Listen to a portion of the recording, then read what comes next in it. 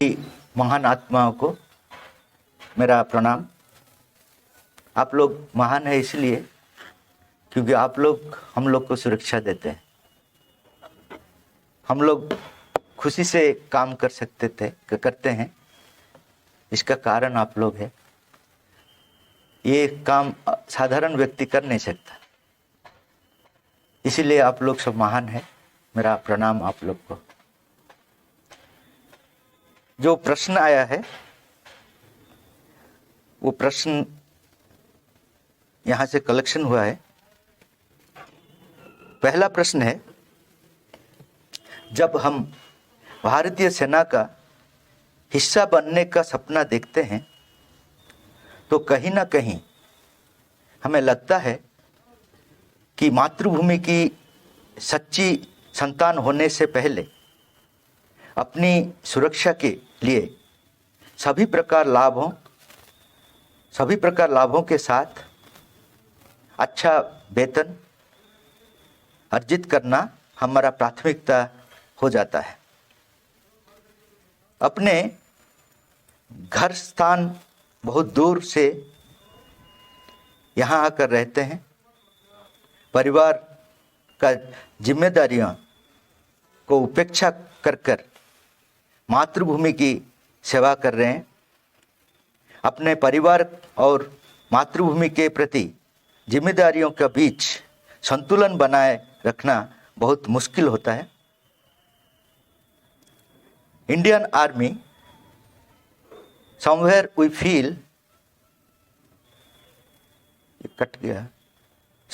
feel that earning good salary with all kinds of benefits becomes our priority for our security before being a true child of the motherland.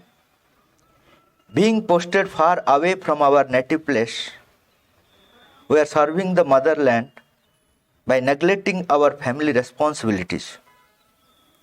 It is very difficult to maintain the balance between the responsibilities towards our family and motherland. What is our role? How to bring out the balance between these two responsibilities? Actually 5 category है हमारा, जो मानव जाति का जो हम लोग चरित्र बोलते हैं या कैरेक्टर बोलते हैं या चेतना बोलते हैं, वो 5 टाइप्स है। एक कैटेगरी है वो स्वार्थपर है, अपने के लिए सोचता है, दुनिया भाड़ में जाए उसमें कुछ फर्क नहीं पड़ता। ऐसा एक कैटेगरी है, 100% वो अपने के लिए ही सोचता है। दूसरा कैटेगरी है अपना स्वार्थ है रखता है, लेकिन उसका एक लिमिट रखता है। वो लिमिट अगर क्रॉस हो जाता है तो वो समाज के लिए, देश के लिए करने के लिए रेडी हो जाता है। ये सेकंड कैटेगरी का जो मनुष्य है। तीसरा कैटेगरी है, उसका भी स्वार्थ है, लेकिन स्वार्थ को पीछे रखकर समाज को और देश को सामने रखता है। अगर समाज और देश ठीक हो गया तो अपना स्वार्थ के पास आ जाता है, लेकिन अगर देश और समाज ठीक नहीं है तो उसका मन वहीं पे रह जाता है, अपना स्वार्थ को वो केयर नहीं करता है। वो तीसरा कैटेगरी है। और चौथा कैटेगरी है, वो उसका टोटल लाइफ देश के लिए ही होता है, अपना परिवार को भी देश का साथ शामिल कर देता है। वो घर में भी आता है तो अपना डिस्कशन नहीं करता है, वो क्या हुआ क्या नहीं हुआ, वो भी पेट्रोटिक बन जाते हैं उनका फैमिली, और कुछ नहीं। देश का छोड़कर, समाज को छोड़कर और समग्र मानव जाति का जो प्रगति है उसको छोड़कर और कुछ उनका सोच में नहीं आता है, वो सोच नहीं पाएगा। वो है चौथा कैटेगरी।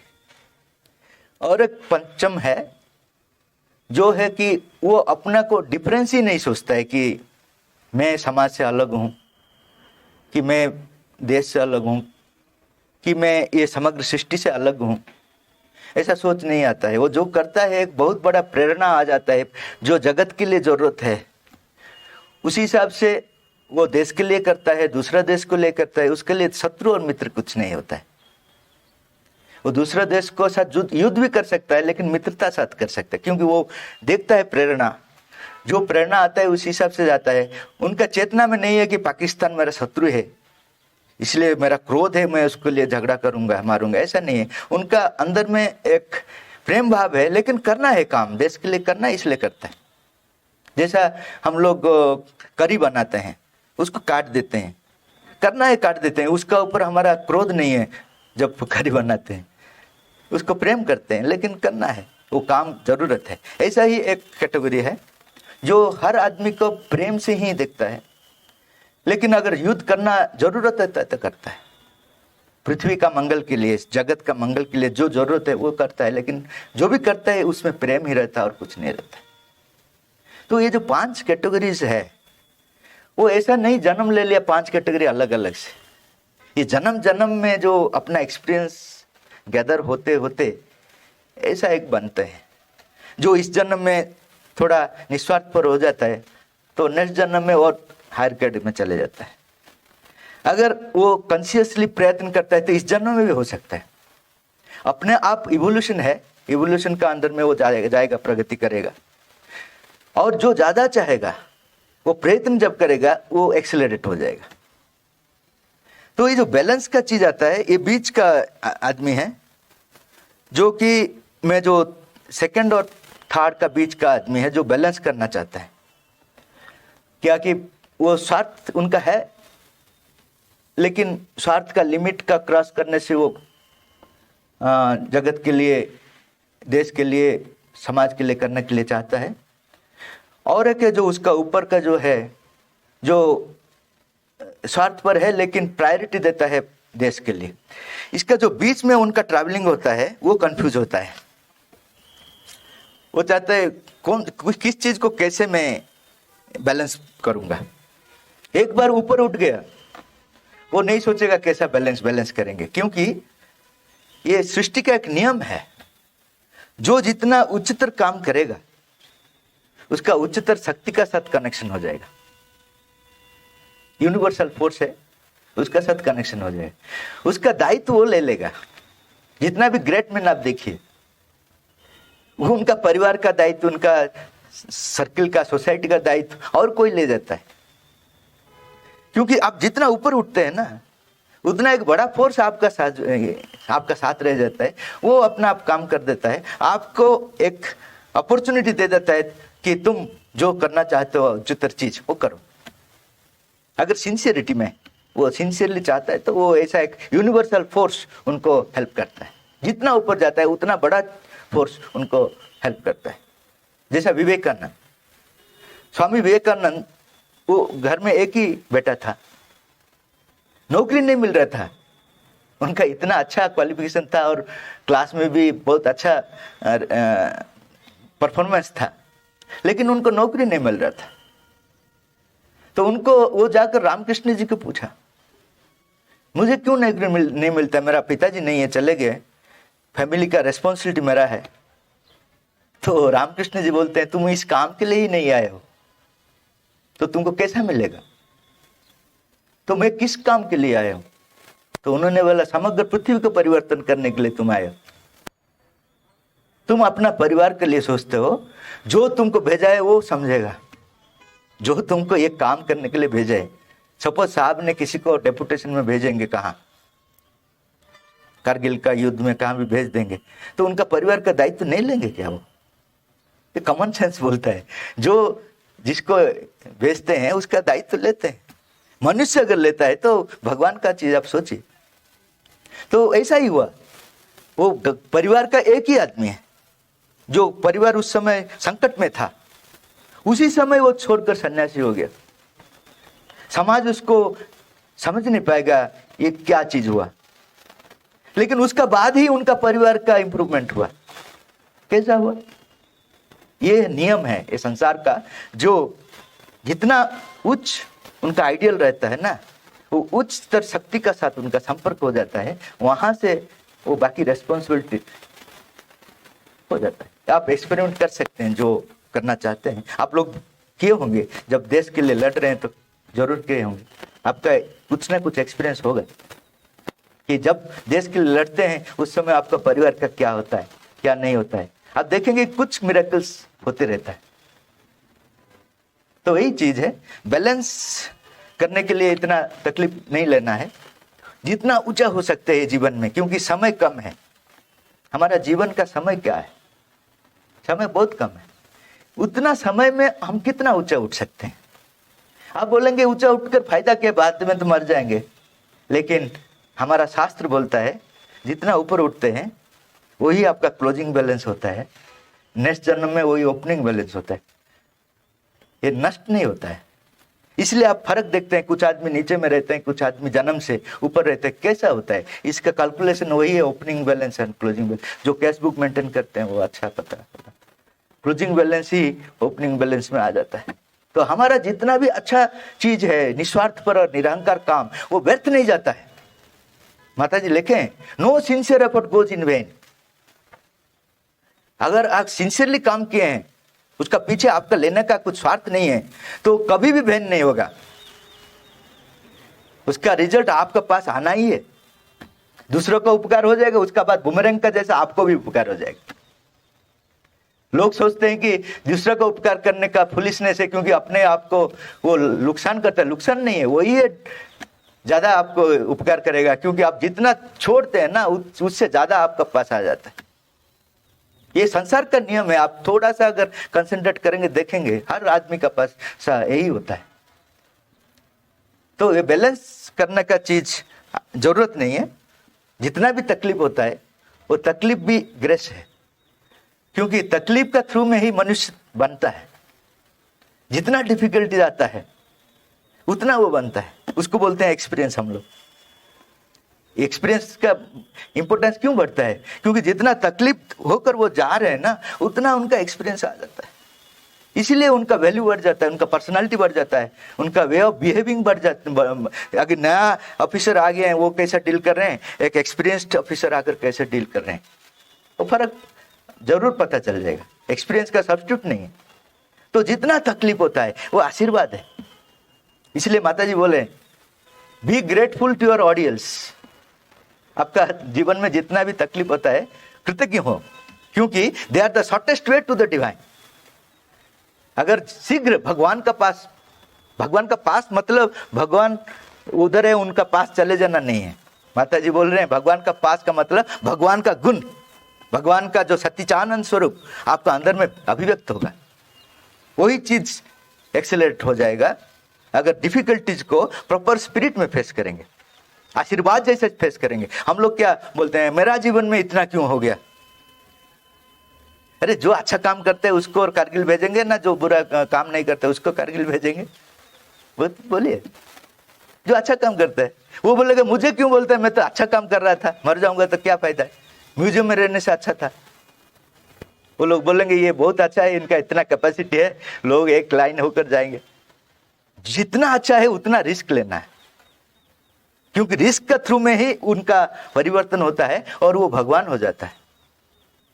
जितना भी आप ग्रेट पर्सन का लाइफ स्टडी कीजिए, ये तकलीफ ही उनको बनाया। जितना तकलीफ आया उतना बड़ा हो पाया। उसका बाद का प्रश्न है, मैं आप लोग को बताता हूं, लेकिन बताना नहीं चाहिए क्योंकि आप लोग का एक्सपीरियंस सब है। मैं बाकी लोग को बताने के समय बता देता हूं, लेकिन आप लोग के सामने बताने के लिए थोड़ा ये आता है, क्योंकि आप लोग हर मोमेंट में ये जो देश के लिए अपना जीवन को दे देते हैं। और एक प्रश्न है, हमारे युवा बहुत कुशल और प्रतिभाशाली है, लेकिन उचित मार्गदर्शन और प्रशिक्षण की कमी के कारण वे अपने कौशल और प्रतिभा को गलत तरीके से उपयोग कर रहे हैं। क्या उन्हें सेना में भर्ती होने के लिए प्रेरित करना और मातृभूमि की सेवा करने का अवसर देना उचित होगा? ये जो यूथ है, बट अभी का जो यूथ है रियली बहुत इंटेलिजेंट है, बहुत पावरफुल है, और सब कुछ करने का हम लोग तो आश्चर्य होते हैं जब बच्चा जन्म लेता है वो मोबाइल ऑपरेट कर देता है अच्छा से, क्या कहाँ से ज्ञान आ जाता है। तो वो लोग इनबिल्ट जो उनका जो बाय डिफॉल्ट वो लोग कैपेबल है। लेकिन यही प्रॉब्लम है कि उन लोग को अच्छा डायरेक्शन नहीं, मार्गदर्शन नहीं मिलता है, इसीलिए वो क्या शक्ति है जो वो शक्ति गलत रास्ते में चले जाते हैं। रास्ता अगर नहीं पाएगा तो शक्ति क्या करेगा। जैसा गंगा नदी हिमालय के पास रास्ता नहीं पाता है तो इधर उधर चले जाता है, लेकिन जब कलकत्ता का पास आता है रास्ता मिल गया तो स्थिर हो जाता है। वैसे ही हमारा जो बच्चा लोग है वो लोग एक्चुअली हम लोग बोलते हैं वो नट्टी है, नट्टी नहीं है, उनका अंदर में शक्ति है, वो शक्ति को प्रेरित करने के लिए डायरेक्शन नहीं मिला है, इसलिए इधर उधर होता है। None of my child is zero, Madan बोल रहे हैं, none of my child is zero, all are unique, none else can replace them. हर आदमी जो बच्चा लोग है हर का अंदर में एक यूनिकनेस है। अगर वो यूनिकनेस प्रकाश करने के लिए तरीका नहीं मिलता है, उनका एक मार्गदर्शन नहीं मिलता है तो इधर उधर हो जाता है। तो उनको ब्लेम करना ठीक नहीं है। और हम लोग का जो अभी का जो एजुकेशन सिस्टम है वो तोता का जैसा है, कुछ एक्सपीरियंस उन लोग को नहीं देते। हम लोग पढ़ा देते हैं, कोर्स कंप्लीट कर देते हैं, ब्रिलियंट बना देते हैं, वो ब्रिलियंट गोल्ड मेडल उनको मिल जाता है, लेकिन जब सुनामी आता है तो हार्ट अटैक में मर जाता है। क्या करें, क्योंकि उनको हम लोग सिखाया नहीं कैसा करेज में फाइटिंग करेंगे। जीवन के साथ अगर लड़ने के लिए हम लोग का एजुकेशन कुछ फायदा नहीं है, उसको सिखाते नहीं हम लोग। आत्मविश्वास वो भी नहीं सिखाते, हमारे एजुकेशन में नहीं है, तो वो बेचारा क्या करेगा वो उनका सर्टिफिकेट लेकर। एजुकेशन अगर एक्सपीरियंस नहीं देता है तो वो एजुकेशन नहीं है। जैसा एक तोता था एक घर में, वो आसपास का जो पड़ोस थे वो गाली उनसे सीख लिया। जो पड़ोस जैसे होते हैं वैसे सीख लेते हैं, तो उनका घर में जो आते थे उनको गाली देता था। आ गया साला, तो कौन आएगा ऐसा एक दिन आया तो कोई भी नहीं आया उनका घर में, क्योंकि आने का समय ही गाली सुनकर कौन आएगा। हम लोग इधर आए, आप पहले से अगर गेट से हम लोग को गाली देते हैं, क्या करते हैं हम लोग।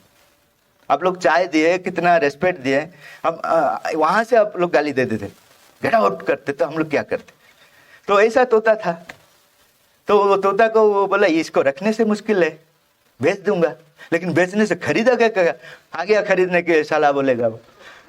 तो उन्होंने क्या किया, उनको ट्रेनिंग दिया।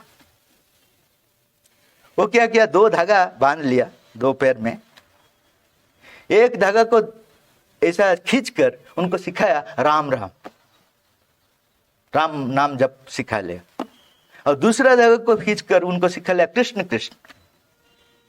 अभी ले गया 6 महीना सीखने के बाद वो ले गया मार्केट को।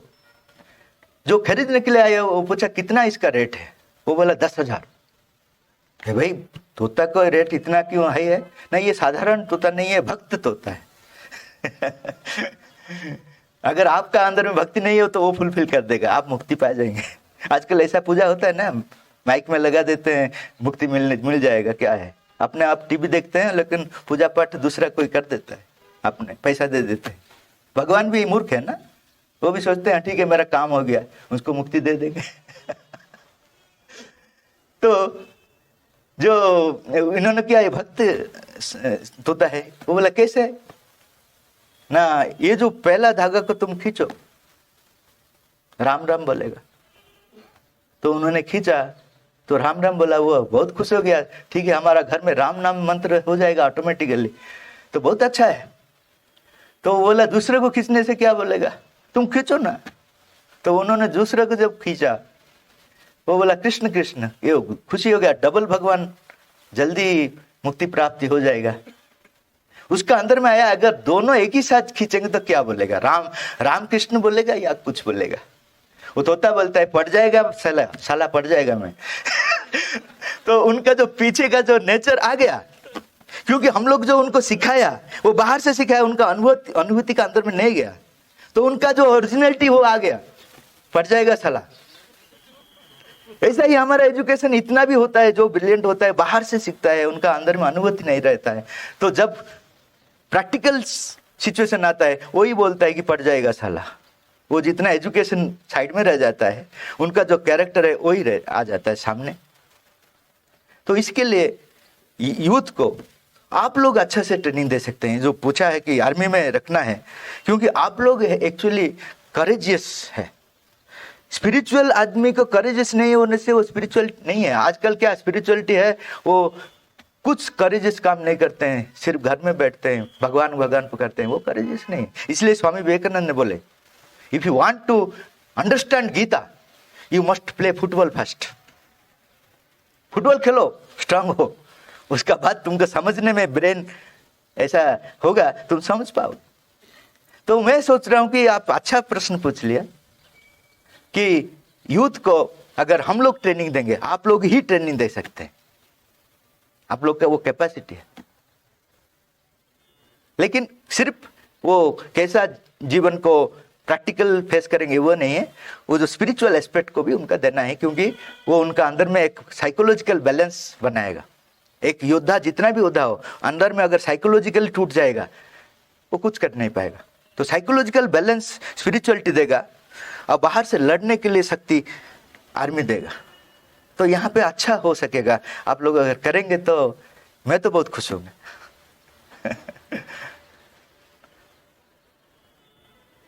तीसरा पॉइंट है, जो तीसरा प्रश्न है, किसी भी महत्वपूर्ण कार्य के लिए जाने से पहले सेना का कोई लोग अपने इष्ट देवताओं को पूजा करते हैं, लेकिन हम में ऐसे भी कुछ लोग हैं पूजा करने की आवश्यकता महसूस नहीं करते। क्या वास्तव में पूजा करने का लोगों को दूसरों से अधिक सुरक्षा मिलता है? क्या सेना में आध्यात्मिकता का कोई भूमिका है? अगर भूमिका है तो सेना में आध्यात्म का परिचय देने का बेहतर तरीका क्या है? बहुत अच्छा है अगर आप सिंसियरली भगवान को याद करते हैं। भगवान क्या आपको हेल्प करते हैं वो बात दूसरा बात है। आपका अंदर में कॉन्फिडेंस आ जाएगा, वो मेरा जीवन का दायित्व ले लिया, मेरा कुछ नहीं होगा। आप कॉन्फिडेंटली आप वार कर सकते हैं, क्योंकि आपका जीवन उन लोग का हाथ में नहीं है, भगवान का हाथ में। तो ये जो कॉन्फिडेंस आ जाता है वो स्पिरिचुअल आदमी का आ जाएगा। अगर सही में सिर्फ मैकेनिकल नहीं करता है, अगर सही में वो विश्वास करता है, विश्वास का एक बहुत बड़ा पावर है। Faith can work out miracles, असंभव को संभव करता है। अगर आप लोग का वो है तो ठीक है, वो बेनिफिट ले जाएगा। और जो पूजा नहीं करता है, अपना अंदर में अगर कॉन्फिडेंस है तो ठीक है, लेकिन अपना अंदर का कॉन्फिडेंस ज़्यादा नहीं है, लिमिट ज़्यादा नहीं है। तो जैसा एक गाड़ी में पेट्रोल रखने के लिए एक टैंक है, वो कितना दूर आपको ले जाएगा? 100 किलोमीटर 200 किलोमीटर ले जाएगा। उसका बाद पेट्रोल बंक को जाना ही पड़ेगा।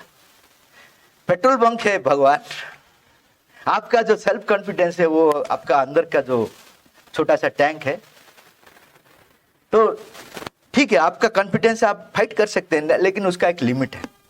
अनलिमिटेड टैंक के साथ अगर आपका कनेक्शन हो जाएगा तो जीवन भर आप जो चाहते हैं वो कर पाएंगे। Age is not the factor.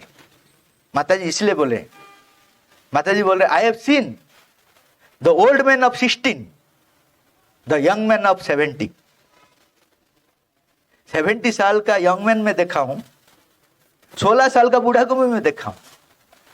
बूढ़ा का देखने का मतलब क्या है? उनका अंदर में सेल्फ कॉन्फिडेंस नहीं है, आगे जाने का इच्छा नहीं है, ये क्या होगा, अल्टीमेटली तो सब मरेंगे, अभी मरने से ठीक है। उनका लॉजिक ही अलग है। इतना दिन तकलीफ करके क्यों मरेंगे, पहले से क्यों नहीं मरेंगे?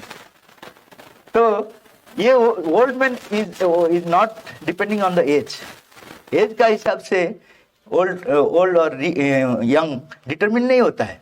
अगर वो हर समय even in the last breath, doctor बोल दिए कि आपका और एक ही ब्रीथ है, वो बोलेगा ठीक है, वो एक ब्रीथ में भी मैं कुछ काम कर सकता हूं, क्योंकि एक समय में अगर न्यूक्लियर बॉम्ब सब कुछ को तोड़ सकता है, मेरा संकल्प क्यों अच्छा काम क्यों नहीं करता है, कर सकता है। तो even in the last with he will work for the creation, welfare of the creation, betterment of the creation. तो आप लोग अगर ट्रेनिंग देंगे और स्पिरिचुअलिटी के साथ अगर लिंक करेंगे, स्पिरिचुअलिटी का मतलब नहीं है कि हम लोग जैसा एक्सटर्नल प्रैक्टिस में सिमट जाते हैं, उसमें रह जाते हैं, उतना काफ़ी नहीं है। वो अच्छा है, पहले जब शुरू करते हैं तो पूजा पाठ अच्छा है, क्योंकि मैकेनिकली शुरू करते करते धीरे धीरे उसका अनुभव आ जाता है। जैसा पूजा का डेफिनेशन श्री अरविंद ने लिखे हैं, 3 है। एक है उपचार, दूसरा है भाव, तीसरा है हो जाना। उपचार का मतलब अभी भगवान को पूजा किए हैं, उनको लिए फूल दिया, प्रसाद दिया, नारियल दिए, इसको क्यों दिए? उनका पास नहीं है इसलिए नहीं।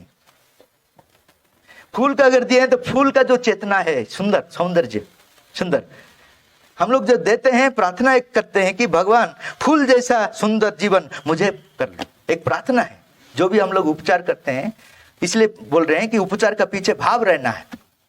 हम लोग नारियल देते हैं, बहुत लोग को पता नहीं नारियल क्यों देते हैं। जो भी बोलते हैं ठीक है वो आधा लेगा मैं भी आधा लूंगा इसलिए नारियल देते हैं। बड़ा वाला दो नहीं तो इस मंदिर को नहीं आऊंगा कल से, वो भी दे देता है बेचारा, वो क्या करेगा। ऐसा नहीं है। नारियल का मतलब ऊपर का जो हार्ड चीज है वो ईगो है, अंदर में जो है आपका संभावना है, आप क्या हो सकते हैं, उसको अगर तोड़ देते हैं भगवान का पास तो आपका अंदर का चीज निकल आता है। इसीलिए हम लोग नारियल को तोड़ते हैं भगवान के सामने। हर चीज का एक सिंबॉलिक मीनिंग है। वो आप अगरबत्ती देते हैं, उनको क्या जरूरत है, उनका चीज उनका क्या जरूरत है। हम लोग बोलते हैं एक चीज में एडजस्ट हो जाओ, पेट्रोल डीजल बढ़ गया, इतना में एडजस्ट हो जाओ। ऐसा नहीं है। वो जब देते हैं कंसंट्रेट कीजिए, अपने आप को एक अगरबत्ती जैसा सोचिए। अगरबत्ती क्या करता है, अपने आप को जला देता है लेकिन वातावरण को महका देता है। ऐसा ही मेरा जीवन अगरबत्ती जैसा महकने के लिए। आजकल हम लोग मर जाते हैं तो लोग बोलते हैं अच्छा है मर गया, ठीक है, क्योंकि अगरबत्ती जैसा ने वहां से क्या निकलता है, हमारा जो काम है वो काम का जो फ्रेग्रेंस है क्या निकलता है, दुर्गंध निकलता है। तो वहां प्रार्थना करेंगे कि मेरा जीवन भी अगरबत्ती जैसा हो, अगर मर जाएंगे भी उसका जो विभूति भी वो भी इतना पवित्र हो जाता है। तो वो प्रार्थना है, हर चीज का पीछे प्रार्थना है, एक भाव है। उसका बाद तीसरा बोलते हैं जिसको तुम पूजा कर रहे हो उसका जो गुण है वो गुण तुम्हारा जीवन में अगर लेकर नहीं आया हो, प्रयत्न नहीं करते हो, तो पूजा का क्या मतलब है। गणेश जी को पूजा कर रहे हैं, वो ज्ञान का देवता है, शक्ति है। अगर हमारा अंदर में सद्बुद्धि नहीं लेने के लिए प्रयास नहीं करेंगे, सिर्फ गणेश जी का बड़ा बड़ा मूर्ति बढ़ाते जाएंगे। आजकल तो इतना बड़ा हो गया गाड़ी नहीं ले पाता है उसमें कुछ फायदा नहीं है। और जो विसर्जन जो करते हैं तो शराब पीकर करते हैं, क्योंकि वो दिखना है ना, वहाँ उनका जगत में शराब फराब नहीं, वो दिखना है हम लोग कैसे जीते हैं, वो जाकर बोलेंगे अच्छा जीवन है वहाँ। तो ऐसा नहीं है। जब जिसको पूजा करते हैं वो किस चीज को प्रतिनिधित्व करते हैं, वो चीज हमारा अंदर में क्यों विकसित नहीं हो पाएगा, वो पूजा है। ऐसा पूजा अगर आप लोग करते हैं और ऐसा पूजा को अगर एनकरेज करेंगे दूसरे का आदमी, तो जरूर समाज का कल्याण होगा, ये पृथ्वी एक हो जाएगा। श्री अरविंद का स्वप्न है कि समग्र पृथ्वी एक होगा। पहले इंडिया एक होगा। इंडिया एक का मतलब ये हमारा जो खंडित इंडिया नहीं है, वो जो पहला इंडिया था, 8 देश मिल जाएगा, 9 कंट्रीज मिल जाएगा। वो पाकिस्तान, बांग्लादेश, सिलोन, सब तिब्बत, ये सब मिल जाएगा। मतलब नहीं है एक हो जाएगा, उसका एडमिनिस्ट्रेशन एक होगा। ऐसा कुछ श्री अरविंद ने देखा है। उसका बाद दोनों एशिया का यूनिफिकेशन होगा, उसका बाद वर्ल्ड का यूनिफिकेशन होगा, और भारत ये काम करेगा। भारत विश्व का गुरु होगा। हम लोग को विश्वास नहीं होता क्योंकि हम लोग ऐसा स्थिति में आ गया, अपने आप को विश्वास नहीं कर पाते कि हम लोग क्या करेंगे। लेकिन हमारा अंदर में वो बीज मुनि ऋषि रोपण कर दिया है, अभी भी है वो। अब थोड़ा सा अगर हम लोग चाहेंगे तो वो विकसित हो जाएगा। वो है ऑलरेडी हमारा अंदर। समग्र विश्व का गुरु होगा भारत। और उसका बाद जो लास्ट ड्रीम है, मनुष्य का बाद यहाँ एक दिव्य मानव आएगा। बानर का बाद जैसा मनुष्य आया, मनुष्य फाइनल जीव नहीं है, उसका बाद एक दिव्य मानव आएगा, ये दिव्य जीवन रहेगा, वो रहेगा, उसका साथ मनुष्य भी रहेगा, क्योंकि फ्रीडम रहता है, जो चाहता है वो होता है। जो बानर नहीं चाहता, अभी तक बानर है, तो फ्रीडम रहेगा। लेकिन उसका बाद का जो दिव्य मानव है, उसका अंदर में स्वाभाविक रूप से दिव्य क्वालिटी प्रकाशित होगा। हम लोग का क्या प्रयास करना पड़ता है, दिव्य क्वालिटी के लिए प्रयास करना पड़ता है। 1 घंटा 2 घंटा रहता है तो तीसरे घंटे में हम लोग नीचे आ जाते हैं। अभी अगर मैं 1 घंटा भगवान के लिए बोला है, आप लोग खुश होते हैं, लेकिन इसका टाइम अगर बढ़ा देंगे, मुझे भगा देंगे आप। नेक्स्ट बार तो आपको गेट से ही भगा देंगे। क्योंकि हम लोग का एक जो मनुष्य का कैपेसिटी, वो कंप्लीटली स्पॉन्टेनियस नहीं है कि हर टाइम में भगवान को रख पाएंगे, इसलिए विसर्जन भी कर देते हैं भगवान को। ठीक है, आया ठीक है, लेकिन जाओ भी, फिर नेक्स्ट साल में साक्षात होगा, goodbye, see you again बोल देते। लेकिन यहाँ का बाद जो नया जीव आता है, वो दिव्य मानव, उसका नेचर में डिवाइन क्वालिटी स्वतःस्फूर्त रहेगा, उसके लिए प्रयत्न भी नहीं करना पड़ेगा, उसका नेचुरल कैपेसिटी होगा दिव्य क्वालिटीज। वो श्री अरविंद का विजन में है, और वो हो जा रहे हैं, जो भी चाहेगा वही होगा। इसके लिए हम लोग प्रचार कर रहे हैं कि आप लोग को जानो, जानने के बाद आपका मर्जी है, आप करेंगे कि नहीं करेंगे, लेकिन जानना जरूरत है, एक चीज को जानना जरूरत है। धन्यवाद, आप लोग बहुत अच्छा से सुने, बहुत अच्छा लगा।